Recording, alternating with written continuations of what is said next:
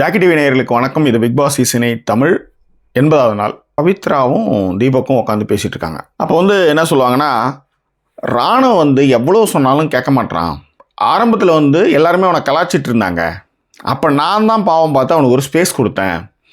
அந்த ஸ்பேஸ் கொடுத்த விஷயத்தை அவன் எப்படி எடுத்துக்கிட்டான்னா, உதாரணத்துக்கு அதாவது ஏஞ்சல் டாஸ்கில் ஏஞ்சல் டிமோன்ஸ் டாஸ்கில் எனக்கு குடுமி போடுன்னு என்கிட்ட நச்சரிச்சாப்பில் நான் குடுமி போட்டு விட்டேன். ஆனால் வெளியே போய் சொன்னது பவித்ரா எனக்கு குடுமி போட்டு விட்டா, பவித்ரா எனக்கு குடுமி போட்டு விட்டா அப்படின்ற மாதிரியான விஷயத்த சொன்னாப்புல.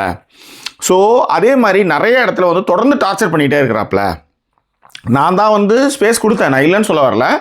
ஆனால் சொன்னதுக்கு அப்புறமும் திரும்ப திரும்ப திரும்ப திரும்ப அதே விஷயத்த பேசிகிட்டு இருக்காப்புல அப்படின்னு சொல்லுவாங்க.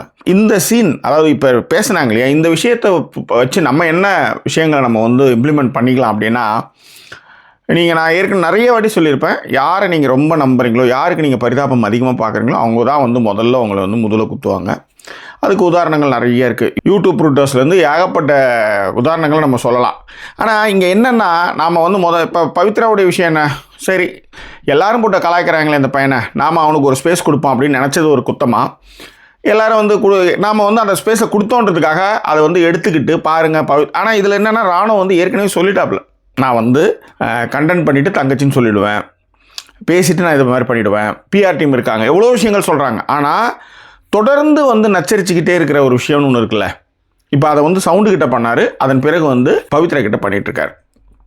இது கேம், மற்ற விஷயங்கள் எல்லாமே பேசினாலும் கூட இதுலேருந்து நம்ம என்ன விஷயங்கள் எடுத்துக்கிறோம் அப்படின்னா, ஒன்ஸ் உங்களுக்கு கம்ஃபர்ட் இல்லை அப்படின்னு நீங்கள் தெரிஞ்சதுன்னா, அடுத்தது அதுக்கான ஸ்பேஸே நீங்கள் கொடுக்காதீங்க.